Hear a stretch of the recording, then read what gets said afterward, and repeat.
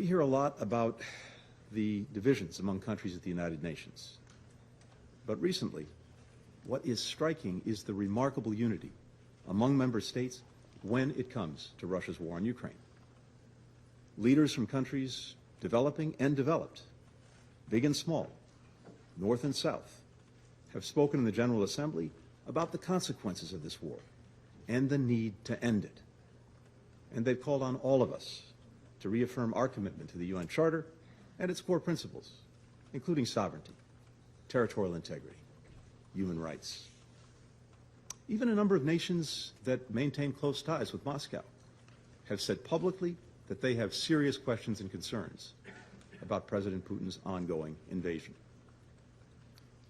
Rather than change course, however, President Putin has doubled down, choosing not to end the war, but to expand it, not to pull troops back, but to call 300,000 additional troops up, not to ease tensions, but to escalate them through the threat of nuclear weapons, not to work toward a diplomatic solution, but to render such a solution impossible by seeking to annex more Ukrainian territory through sham referenda.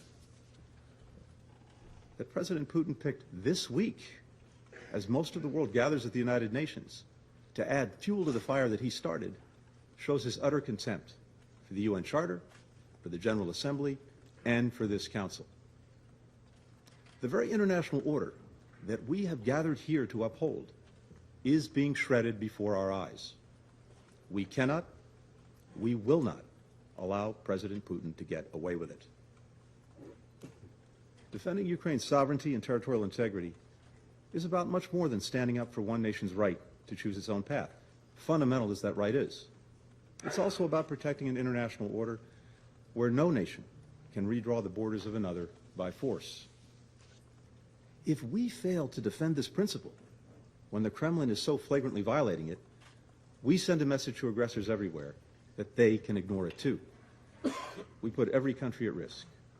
We open the door to a less secure, a less peaceful world. We see what that world looks like in the parts of Ukraine controlled by Russian forces. Wherever the Russian tide recedes, we discover the horror that's left in its wake. I had a window into that horror myself when I traveled to Irpin just a few weeks ago to meet with the Ukrainian investigators who were compiling evidence of war crimes committed there. I saw up close the gaping holes left in residential buildings by Russian shelling, indiscriminate at best, intentional at worst.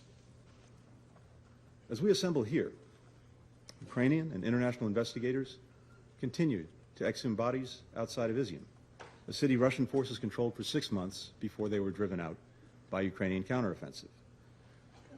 One site contains some 440 unmarked graves.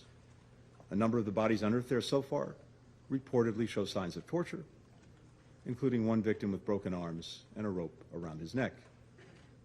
Survivors' accounts are also emerging, including a man who described being tortured by Russian forces for 12 days, during which his interrogators repeatedly electrocuted him and, in his words, and I quote, "beat me to the point where I didn't feel anything," end quote. This is one of the many reasons that we support a range of national and international efforts to collect and examine the mounting evidence of war crimes in Ukraine. We must hold the perpetrators accountable for these crimes. It's also one of the reasons why more than 40 nations have come together to help the Ukrainian people defend themselves, a right that is enshrined in Article 51 of the United Nations Charter.